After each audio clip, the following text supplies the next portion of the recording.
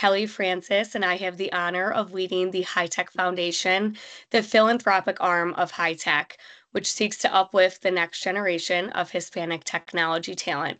We are so happy to have all of you here today. In this session, we will talk about how leaders can leverage their unique identities to inspire change and drive success. We have a super engaging panel discussion, and our speakers will share how they have navigated their own personal journeys. I would like to welcome Kathy Cuevas, who is Senior Director of Employer Brand Marketing and HR Communications, who will be moderating our session today. Kathy, welcome, and thank you so much to Discover and the OLA team.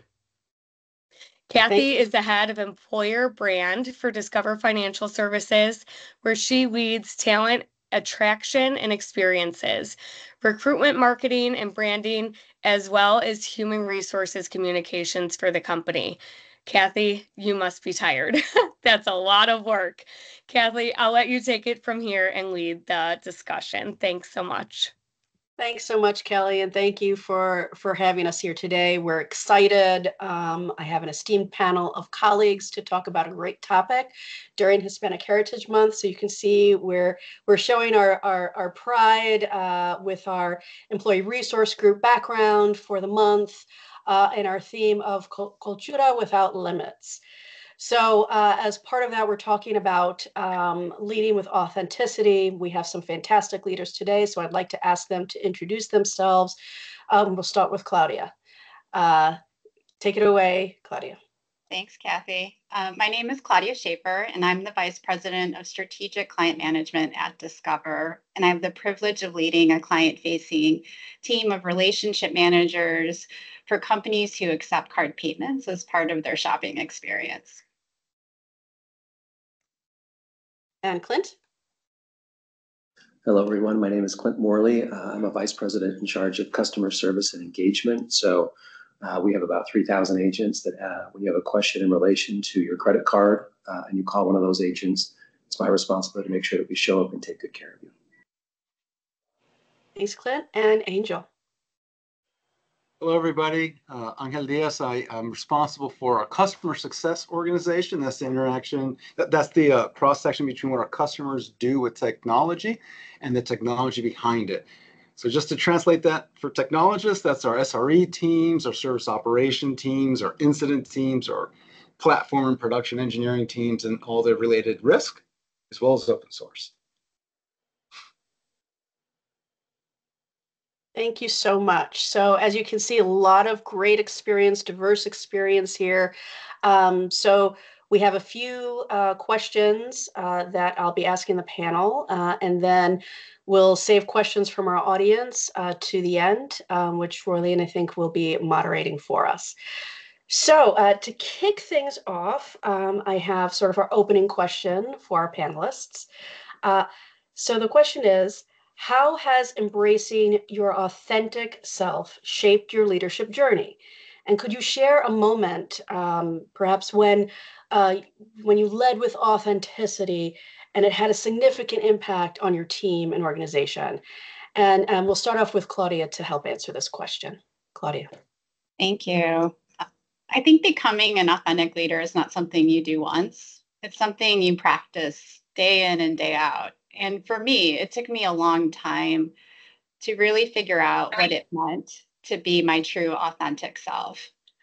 As I look back at my career and even in my childhood, I realized that I've consistently valued continuous growth, focusing on becoming a better me for not just myself, but my family and the communities that I've been a part of. As a child, I was insanely curious and I asked a ton of questions. My family nicknamed me La Preguntona because I never accepted things as I was told or as they were appeared. I believe this curiosity and just wanting to learn really fueled a lot of the decisions in my leadership journey. It fueled the decision to go to college, to get my master's degree. It really kept me open for new career opportunities, new challenges, always stepping into the gray area, things that were unknown, because I wanted to know what it would be like or if I could really solve that problem. So I asked and volunteered for projects because they were interesting to me, not because I actually knew the subject matter or if I had experience in leading those teams, but because it gave me an opportunity to learn something new. And so it led me to manage different types of teams, different functional areas, and different industries. So I think an example that comes to mind in terms of authenticity is in leading the team that I have now. I never saw myself as a salesperson. If you would have asked me 10 years ago if I wanted to work in sales, I think my first reaction would be no, because I'm a introvert by nature. So being out in the open and talking to people is not really the first thing I want to do when I wake up in the morning. But because I have the privilege of leading a team, I can actually see things from a different perspective altogether, right? I think about the end-to-end impact our company has on our customers. And in our current moment, we are facing a ton of uncertainty, and our clients look to us to help them through that uncertainty, look to us to answer questions. My team looks to me to support them in those difficult conversations that we may need to have with our customers. But I do so always thinking about how can we get better? What's the purpose of the opportunities and where can we do better, not just for the customers, but for our company and for my team. So that's the example I have. Thank you so much. And I love how you shared it is a, it's not a moment in time, but this is an ongoing journey that you have around authenticity, around leadership. So segueing to Angel, would you share a little bit about your journey and that sort of connectivity between your authentic self and your leadership journey? Sure. Thank you, Kathy. Well, so maybe I kind of break up the story into three pieces. So I'll start in Arecibo, Puerto Rico. Then I'll talk about realizing that being the beneficiary of others is cool, but doing that with a sense of belonging is even cooler. So let's rewind. So I grew up in Arecibo, Puerto Rico on a farm, and I was so fortunate. My grandmother gave me the space because it's tough. You do your farm duties, and then you go to school to really follow my passion, which is around math and computer science and science. In fact, I was the beneficiary of my PhD advisor at college. And I went to school, got a PhD in computer science and mathematics. And then I kind of continued rolling along, and I became the beneficiary of many other great leaders, like Tim Berners-Lee, the person who helped lead a lot of the web standards. So as a result, I spent a lot of time in the early days of the web and open source. Those moments in time shaped me. It shaped me professionally and personally, right?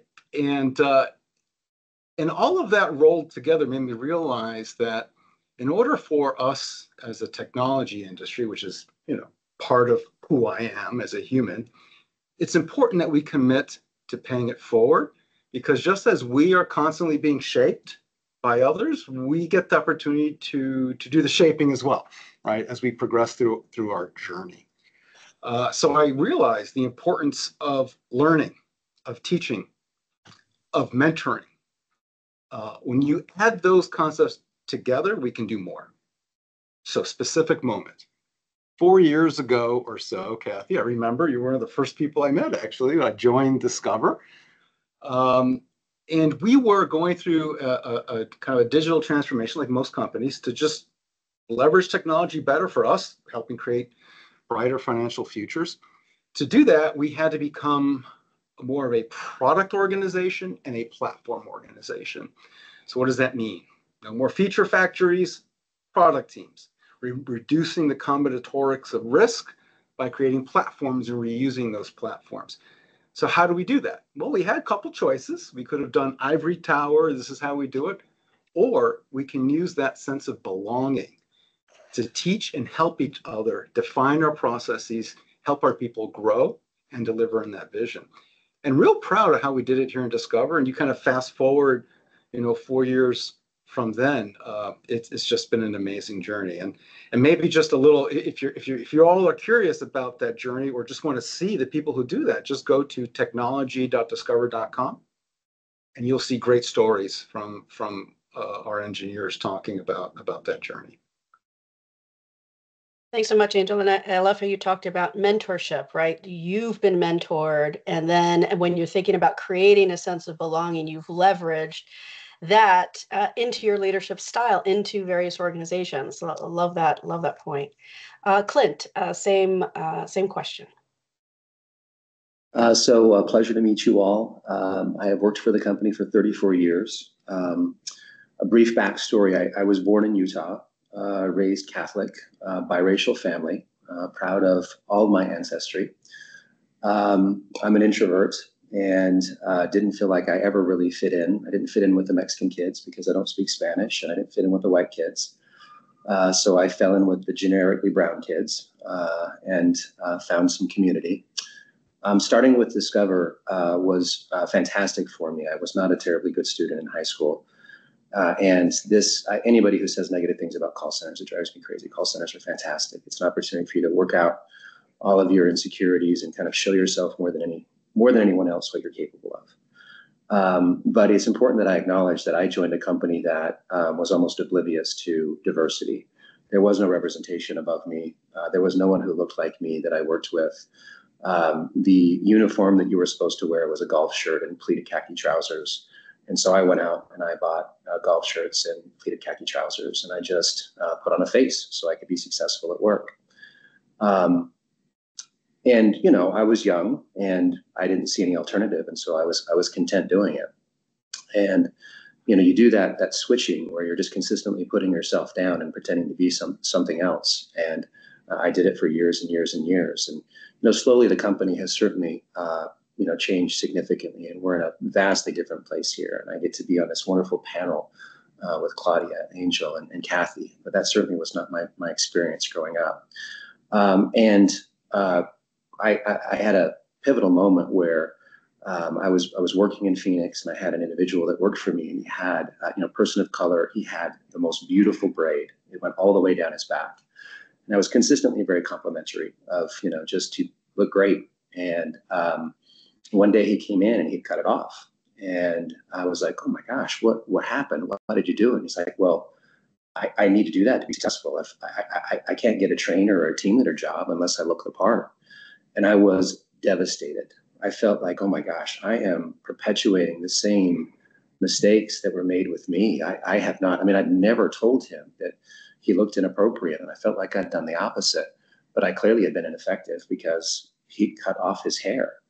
And I was so apologetic to him. And it was this wonderful, pivotal moment in my life where I recognized my responsibility. I have tattoos. I don't dress like really any or most other officers in the company. And I just recently had a mohawk, and I lean into all of that crazy. And my intention is just to be my own true authentic self, because it's either enough or it isn't. And I'm content with either. And just being able to help people through that and giving them permission through you being your true authentic self is so important as a leader. And I'm blessed that I work for a company that gives me that room. They don't chastise me for the crazy. No one's ever talked to me about the tattoos. I'm sure there are many folks who think I'm insane, but not in any way has it influenced or impacted my ability to be successful at work. And I'm really, really grateful for that. So yeah, that's my story and how I got to this point. Thanks so much, Clint. I love that, example of the leadership journey, and maybe missteps that we've made. We learn from that, we grow from that. And modern leadership is about inclusion, is about creating that. So I love that part of your journey, and acknowledging as leaders, we may misstep, but if we learn from them, we grow from them, and then our teams benefit from those learnings. Like that is effective leadership in a nutshell. So let's move on to some specific questions about your various roles. So I'm going to start with Angel and deep dive a little bit more into the technology side of your leadership journey. can you tell us about a time in Discover specifically?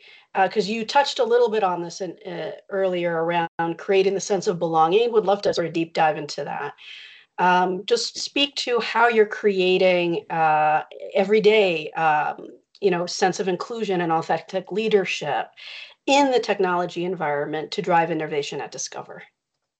Yeah, thank you. Yeah, so let's pick it off where I left off. So I'm the beneficiary of Discover. All of us here on the call. This is my family. I spend a lot of time, especially with this group, because we have so many events and things that we go to together. But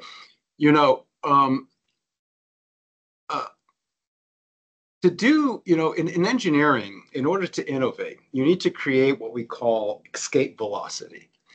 In other words, the time, the space to deliver on the commitments that we're doing on a system improvement, a new piece of feature or function or whatever that is, right? We need to deliver on that, our commitment to the customer.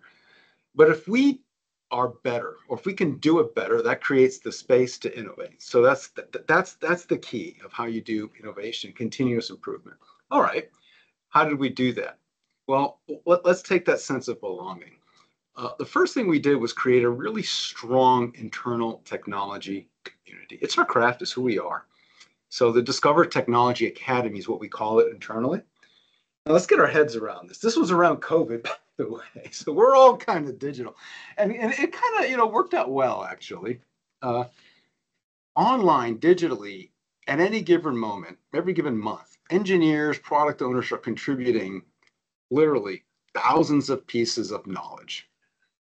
Articles, blogs, tutorials, videos, deep technical procedures and processes, controls to the community.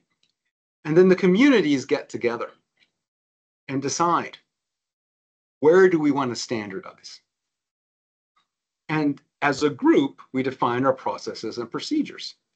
When you do that, it's easy for us to learn, teach, and hence create more time to have that sense, to create that escape velocity to innovate. Now, collaborating and innovating, on an island like Puerto Rico is great, but you have a whole world around you, right? So what did we do? We partnered up with you, Kathy, and some of your teammates and others around Discover, and the world, to take our craft externally. So we are now very active in sharing what we do and that sense of belonging externally in different communities. I told you about technology.discover.com, but we also do this in open source. We then took that even a step further, and we said, well, it's not just engineering communities. I think, Clint, you said the word tribe, because in pure science, we're all kind of different. You have different tribes, but you can find each other in many different tribes. You don't have to be in one, you can be in many, right? And so we started to host events here in Chicagoland and some of our other hubs where we bring together diverse technical talent to roll around and get better and network and improve and build a strong pipeline. One of those signatures events is called the Windy City Tech Connect. And in fact, we have our second one coming up, a little plug for that. It's October 23rd. So if you all are around Chicago, please come to that. We bring together Black Latinx folks together. We had about over 1,000 last year with technology leaders, networking and learning and growing. We're partnering up with Google on that one. And so come check it out. But that's just an example of that sense of belonging in our tribe. Kind of concentric spheres. You start with ourselves, then we go a little bit further, and a little bit further, a little bit further. And that's kind of the journey that we're on. I love that, the sense of communities, the intersectionality of the communities, right? We all have multiple identities. Clint, you shared a little bit about your, the multiple identities that you have. So I love that story, and I think it plays well into how we all lead today. Claudia, I would love to talk a little bit about another hat you wear. You are a participant in the HITEC Board Readiness Program. So would love to hear a little bit about your journey through that program and how that has influenced you as you lead in an executive capacity. Yeah, I am so honored to have been a part of that program. I was so inspired by the leaders that I met within that program, because it was the first time I had been in a room of people that look like me at that level of leadership. And gosh, they were just so talented. And so I just feel a tremendous sense of pride and honor to have gotten the opportunity to join that program. And I learned a lot from it, right? And I do think it has transformed how I think about my role as a leader, because I think I was always a reluctant leader to show my flag of being Mexicana, right? And talking about my Latin side and my family and growing up, because like Clint, I felt like I had to fit in, right? And I had to straighten my hair, and now it's curly and it's got gray hairs or whatever, right? But just giving myself permission to enjoy that community was just profoundly important to me. But I also wear the hat of a board observer for Discover, to one of the fintech companies that we invest in. And the HITEC program and me being a board observer were like right at the right moment at the right time. And so I took all of those learnings from that program and applied it into my role as a board observer. One of the things that I never understood until I really had the opportunity to be part of the program was that when you're at a board meeting, I was anticipating people to give advice, to set direction, and I recognized that that is not what was happening. What was happening was the members of the board were asking these very thoughtful, long-term questions, right? And you would think, as La Preguntona, that I would have asking questions down pat. But what I realized, one of the nuggets that I came away with in this board readiness program, was that the art of the question is not just asking a question because you want to learn and be curious, but it's asking a question to lead others, to help set the direction in the way that you can influence where the company is making decisions, where they're making investments, how they think about technology, risk, people, processes, all of those things, right? And so you have to really become super prepared well in advance of the meeting for the board, right? You have to network. You have to talk to every member of the board and understand what they care about, what's their position, how they view things. And so you're engaging in board conversations outside of the boardroom. And that was something that I didn't really understand until I participated in the program. So there was a ton of learnings, but that was the big one for me. And I've also applied that in the way that I engage with my direct reports and my broader team, right? I have always asked a lot of questions. Sometimes my team would say, stop asking questions. I don't know the answer. It feels like you're interrogating me. And that's never been my intent. My intent's always curiosity and learning. And so sometimes I genuinely just want to know, but I also recognize that I carry a title now and people get nervous when you ask questions at a senior level. So instead, I've switched my focus on asking my team, well, what do you think about that? How do you perceive your decisions? What could go wrong, right? Leading the team to interrogate themselves what the right answer could be, and offering solutions and advice only when they ask me to, rather than trying to give my opinion and feedback at every turn. I love the asking the questions, being curious. That doesn't stop just because you're an executive. That doesn't stop because you're a leader, right? Also being prepared, that level of preparedness that you have to do to walk into these spaces. The preparedness also helps drive your authentic voice in these spaces because you are prepared. So I love those learnings. Thank you so much for sharing that. And then when we think about, customer experience and how do we improve on behalf of the customer, I want to, pitch it over to Clint to guide us through how your authentic self and your way of leadership shows up in improving the customer experience for our customers.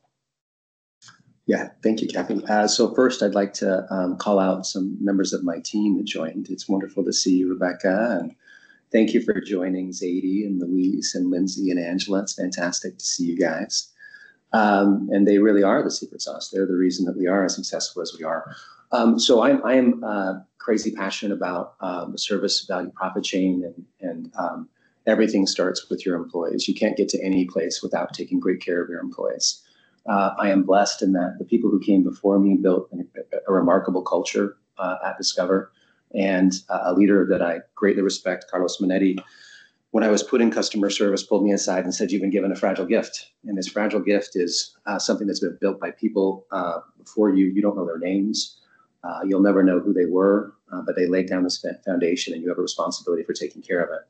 The funny thing is, at the time, Carlos was talking to me specifically about the service and the service that we provided to our customers, and that was this very special sacred thing that we needed to pass on in a better state than how we had gotten it. And I 100% agree with that. But I would take it a step back and say, actually, it's the service that we provide to our people. You can't expect your employees to show up and provide differentiated, outstanding experiences for your customers unless you were showing up and provided differentiated, outstanding experiences for your employees. And one of the beautiful things about the work that we do, and just service in general, is I don't lead CSC. My job is to serve the 3,000. My job is to show up for them in an effective way and put systems and processes in place that show up effectively for every single one of our account managers, so that we do that for the 3 million customers that we speak to every single month. And what I love is the diversity that walks through our doors every single day is remarkable. And it is the wonderful diversity that exists in our country. And I get so frustrated when we act like that's not something we should be intentional about and effectively managing. If I have people showing up, as I spoke to earlier, and as Claudia and Angel have spoken to, that don't feel comfortable and can't be their true authentic selves, how can they possibly be effective at work? If I don't give them permission and provide examples of them celebrating and just leaning into who they truly are, their remarkable individual selves, how can they be great at the work? And my perspective is that I have a responsibility to, going back to what Carlos said, I want to leave it better than I found it. And so, my team and I talk about it all the time. We're going to drive it like we stole it. We are just going to make all the changes. We will have representation. We will talk honestly and authentically about who we are. We will have the hard conversations. We will celebrate everybody. And that doesn't mean that we're not going to celebrate our white male counterparts. We're going to celebrate them just as much as everybody else, because that's what great teams do. So I feel really fortunate that there's this wonderful alignment between these things that I'm crazy passionate about equality and opportunity, and that leading to better experiences for our employees, and then in turn leading to better outcomes for our customers. I feel very fortunate that we have that philosophical alignment in terms of how we show up for our people and in terms of how we show up for our customers.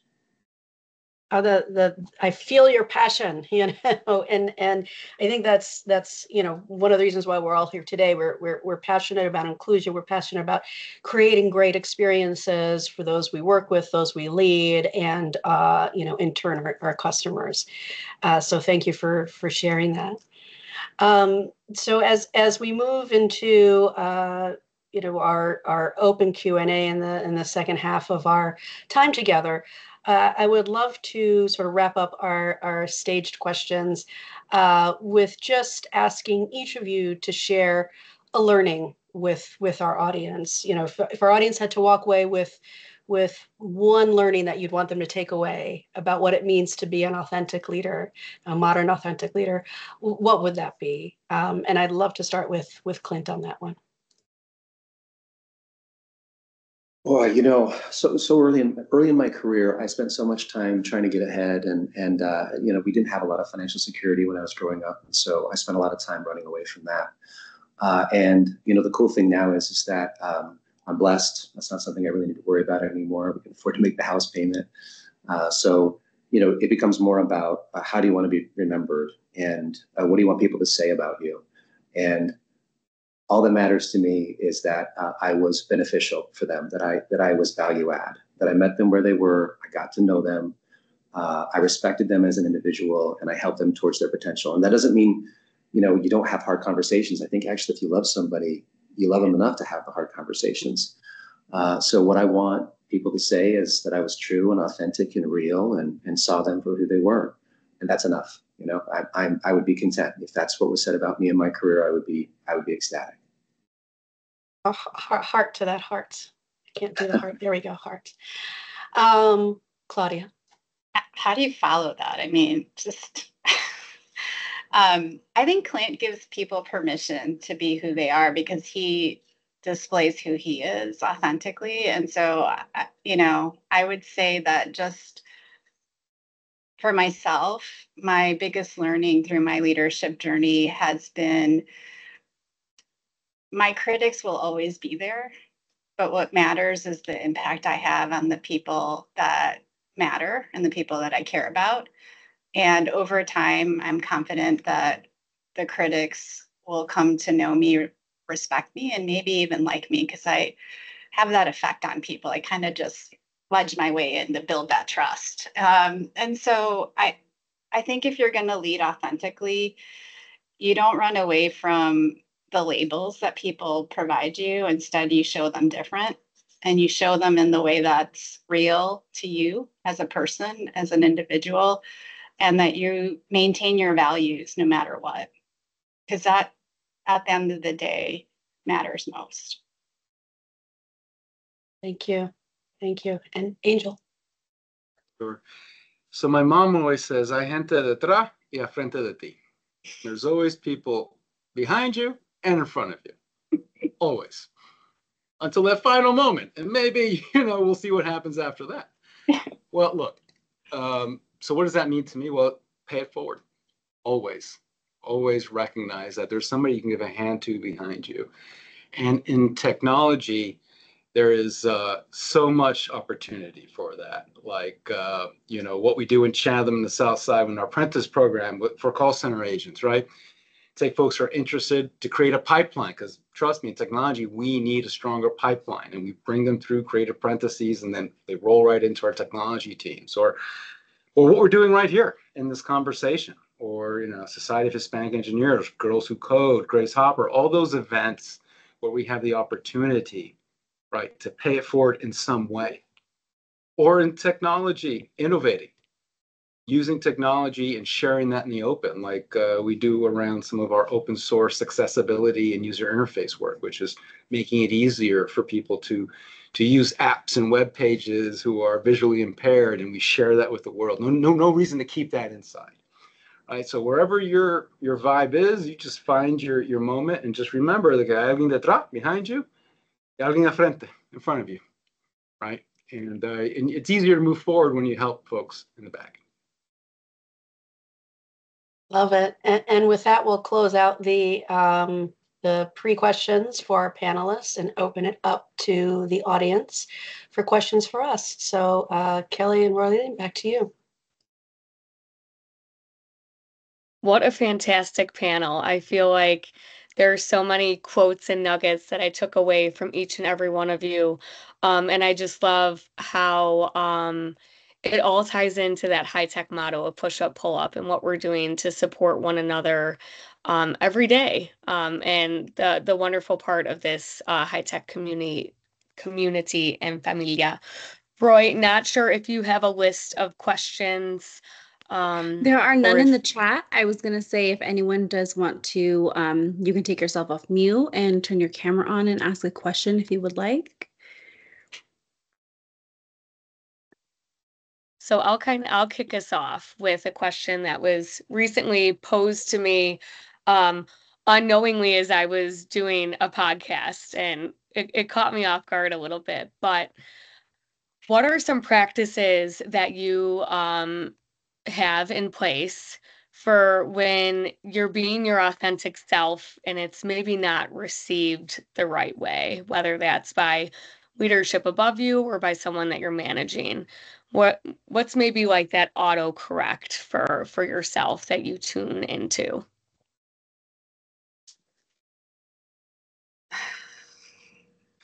Well, I'll just say a couple of things. Look, we all operate in our own wavelength. If we have like a particular sine curve or cosine curve, and when those curves hit, they can, sometimes they jive, sometimes they don't. And that's all right, as long as you're able to meet people where they are and give space. So often, one thing I do is I try to understand the frequency, the wavelength of the person that I'm, or the group that I'm talking with, and then what I'm emitting.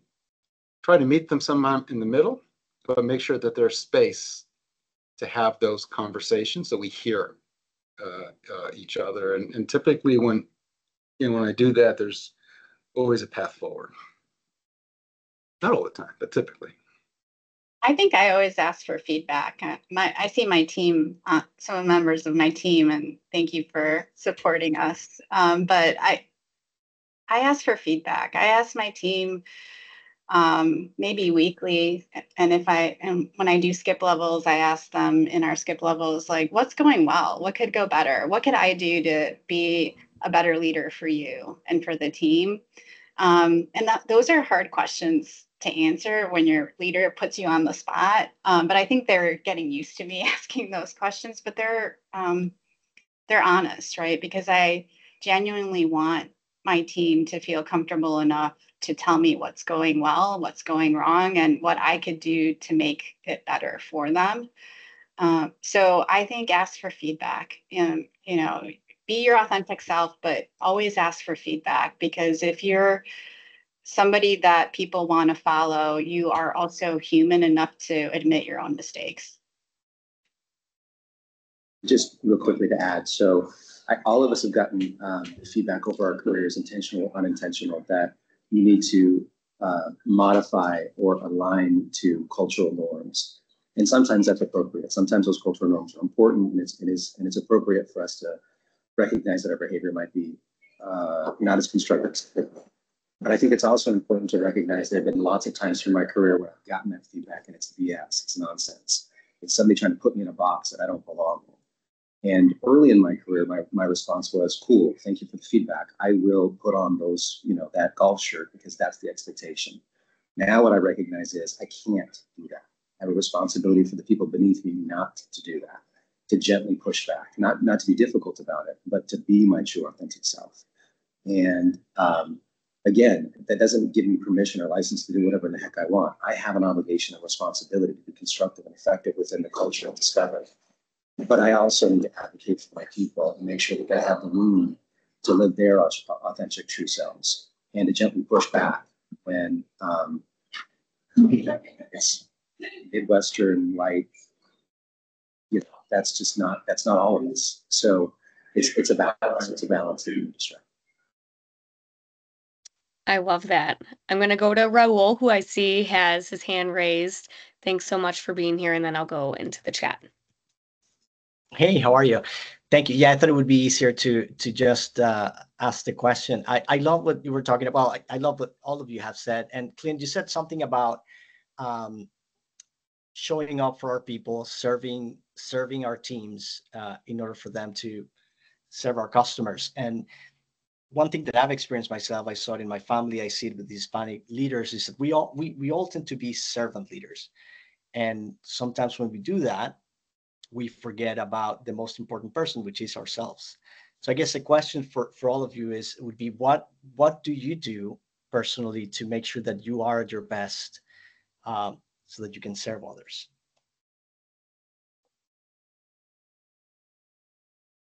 What a great question, Raul. So thank you for asking.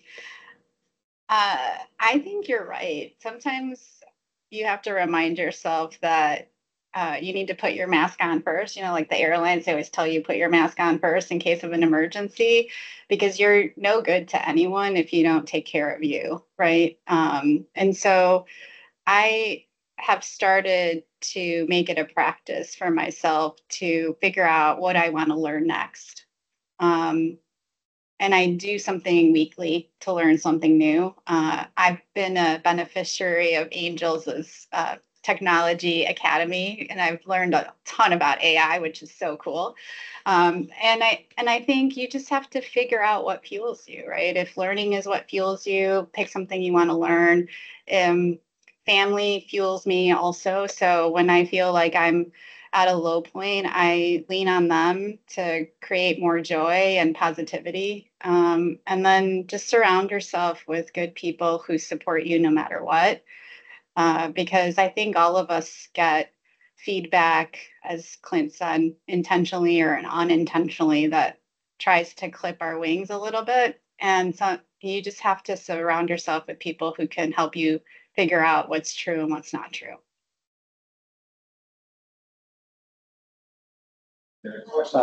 Yeah, so just to add, I love what you said, Raul, about Hispanic culture and servant leaders. When I got my job about 11 years ago, my boss and my boss's boss had a meeting with me where they wanted to talk about expectations and intentions. And I said, my intention is I will serve my people. I'm going to be a servant. I feel like that's what I'm going to be successful with the organization. And that's my intention going forward. And it was fascinating. They both said it was crazy. Like it was a weakness that was my intention. That's not how they wanted me to show up. And I mean, first of all, I think that's hooey. I don't know how you can effectively lead a large group of people unless you serve them. And secondly, if I'm saying this is my true authentic approach, why as a leader would you not just embrace that? But more narrowly to your question,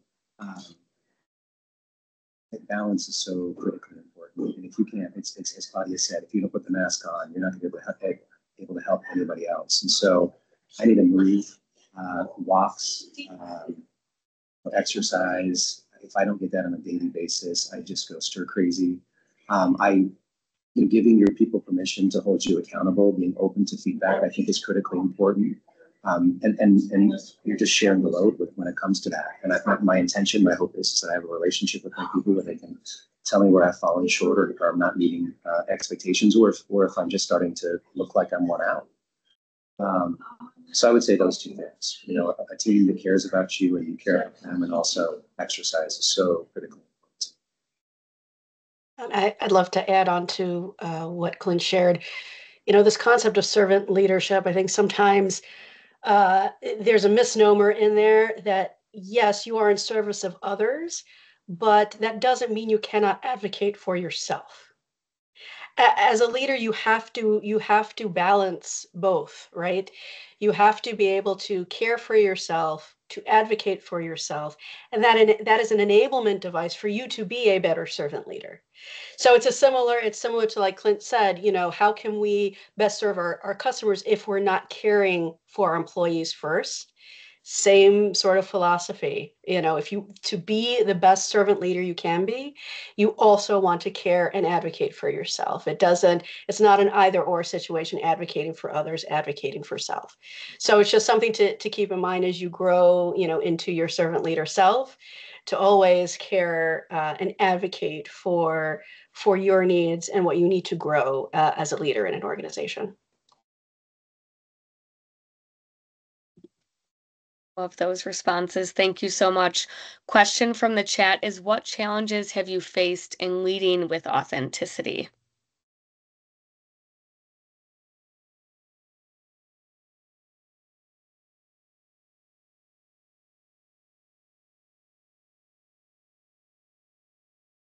So I'll say a couple of things. So, out of college, I joined the IBM Research Division. So 6,000 PhDs.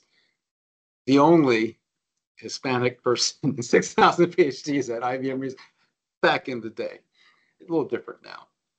So I go into my office, and to my left, there's Mandelbrot, the person who invented fractals, and Bob Denard, the person who invented DRAM. And then there's me sharpening my pencil, like, oh my God, am I out of place? I don't belong here, right? Now, fortunately, Cesar Gonzalez, who's a Mexican, joined, and he's the guy who invented MPEG. So then it was two of us. We're going to take over the world. Look, I think that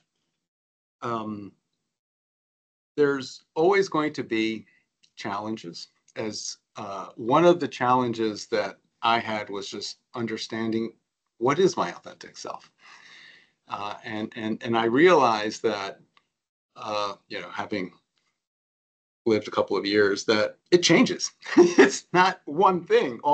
There's different versions, and those different versions change over time. And then also realizing that other people are going through the same journeys, different journeys, but they're changing that. So we're living in a world where, if you imagine the combinatorics of this, right? There's many different people, they all have different authentic selves, and they're all changing. So there's going to be challenges, always. The way that I've been able to navigate the challenges and create positivity in doing that, small and big challenges, I'm not discounting the challenges, right? Is always listening and trying to empathize with what am I experiencing in the moment. And then to Clint's point, not being afraid or ashamed to give the other person the space to understand what I'm feeling at the moment. And when you have those conversations, I usually, not all the time, but usually you take a step forward, right? And so that's kind of a general thought in that area.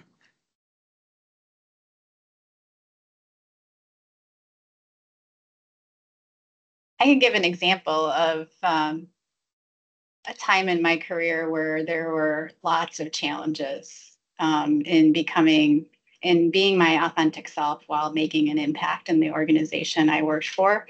I worked in the oil industry for a bit. And as you can imagine, in an oil industry, there are few people of color and even fewer women in the organizations. And I entered that workforce during a time where they had completed several mergers. So there was multiple companies coming together with one, and they had cultural differences within their own organizations. And I was not from any one of the heritage companies. I was net new to their organization. So I had a target on my back just because of that, right? And the company valued competition with each other, right? And so not only did I not understand that I was competing against all of my peers on a daily basis, I also didn't fit in. Like I was an opinionated young Latina woman and labeled difficult, constantly labeled because I asked questions, again, preguntona, right?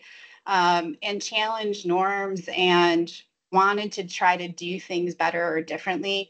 And because of that, I was labeled as being a difficult person, as hard to work with, as, just not being a team player. Like that was the feedback I got the most. And I remember during my time there, and I was there for 8 years because I'm not a quitter. I'm not going to quit. I'm going to make this work, and I'm going to make an impact in the organization that I work in. And I remember thinking long and hard during my time. Every year, I would think, why am I doing this to myself? And then there would be a person that would come up to me and tell me that they were inspired by what I was doing and grateful that I was helping to make change and do things differently. And I never forgot that, because that then reminded me that sometimes it may be hard for you, but the impact you're making to leave it better than you got it helps a village, helps more people than you even know. Sometimes you don't know the impact until years later, right? And so you will face challenges. As a human being, we all face challenges, but being different is an asset, is a superpower. You should embrace that, but know that that comes with a lot of adversity. And you embrace that too, because through that adversity, you will grow a lot, right? And I've continued to grow, and I continue to reflect back on the things that I've done. And I keep reminding myself every day, I can do hard things. I've been through that, right? So tomorrow is just another day. Absolutely love that. For the last question, I'm going to combine two that I just saw, which say multicultural mindset is key in our country now.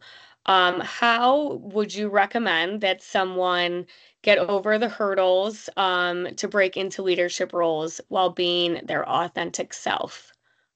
Maybe a key tip of how you could still be you, but yet excel in a leadership role. Yeah, I want to reinforce something that both Claudia and Angela said. Feeling apart and feeling different is not bad. Feeling, like you perhaps don't belong to a group. That's just life. And for much of my early life, that led to a lot of insecurity. And what I've recognized is I'm so grateful for all of it. I'm so grateful for every room I walked into where I felt like I didn't belong. Each group that perhaps didn't embrace me. That experience, those experiences, that is my superpower. And I joke with my family. I mean, I can walk into any room and I can be equally uncomfortable. It's not like, I mean, if it's my family, I feel great. But Angel said, really, we have the South Side of Chatham. We have an operating site there. It's like 8 months there. I was consistently the only person at the site that wasn't Black. And the crazy thing is, that was my growing up. I was the only person that wasn't white. And it felt just the same. And so all of those experiences that you had growing up, every instance where you feel like you're not a part of the bigger group, that gives you empathy. That gives you context and perspective, and it should give you an appreciation for those others who are going through. So I would be in terms of your true authentic self and working your way up. I think some amount of code switching is inevitable. I don't think you can avoid it. But I think it's also important you recognize there's a finite amount of that that's healthy.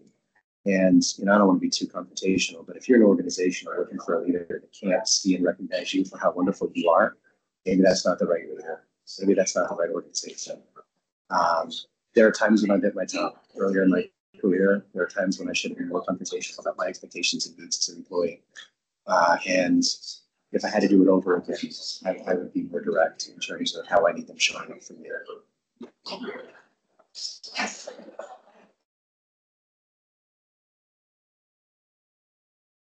Absolutely love that. Thank you so much, Clint. And I think that is all of the questions that we have today. This discussion for me was really great. It really tied in the idea of Hispanic Heritage Month, how you are all bringing so much to the table. The richness and diversity of our community, of fitting in and not fitting in, and standing out and being our authentic self, all to accelerate the power and impact of Hispanics in technology and all of the contributions that you have. So thank you so much. Happy Hispanic Heritage Month to everyone in the HITEC Familia here today. And I hope that I get to see all of you in person in just 20 days at the HITEC 2024 Fall Leadership Summit hosted by Capital One in McLean, Virginia. I am so grateful for each and every one of you and look forward to all of us bringing our authentic selves to the workplace every day and making an impact in our communities. Gracias a todos y nos vemos pronto. Bye. Gracias. Bye. Thank you. Thank you.